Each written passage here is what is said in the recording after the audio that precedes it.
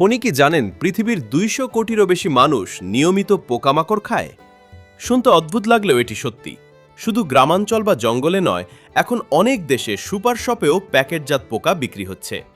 কিন্তু প্রশ্ন হলো, মানুষ কেন পোকা খাচ্ছে আর এর চাহিদা দিন দিন এত বাড়ছে কেন? আসলে পোকা খাওয়া নতুন কোনো বিষয় নয়। এশিয়া, আফ্রিকা এবং লাতিন আমেরিকার অনেক দেশে শত শত বছর ধরে মানুষ ঝিঁঝি পোকা, ঘাসফড়িং, মিলওয়ার্ম সহ বিভিন্ন ধরনের পোকা খাবার হিসেবে খেয়ে আসছে। কারণ এসব পোকার মধ্যে রয়েছে প্রচুর প্রোটিন, আয়রন, ক্যালসিয়াম, জিঙ্ক এবং ভিটামিন বি12। অনেক ক্ষেত্রে ওজন অনুযায়ী কিছু পোকায় গরুর মাংসের সমান বা তারও বেশি প্রোটিন পাওয়া যায়।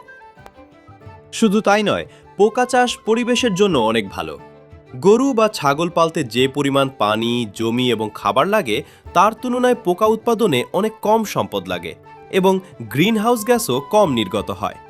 তাই বিজ্ঞানীরা ভবিষ্যতের খাদ্য সংকট মোকাবিলায় পোকামাকড়কে সম্ভাবনাময় খাদ্য হিসেবে দেখছেন।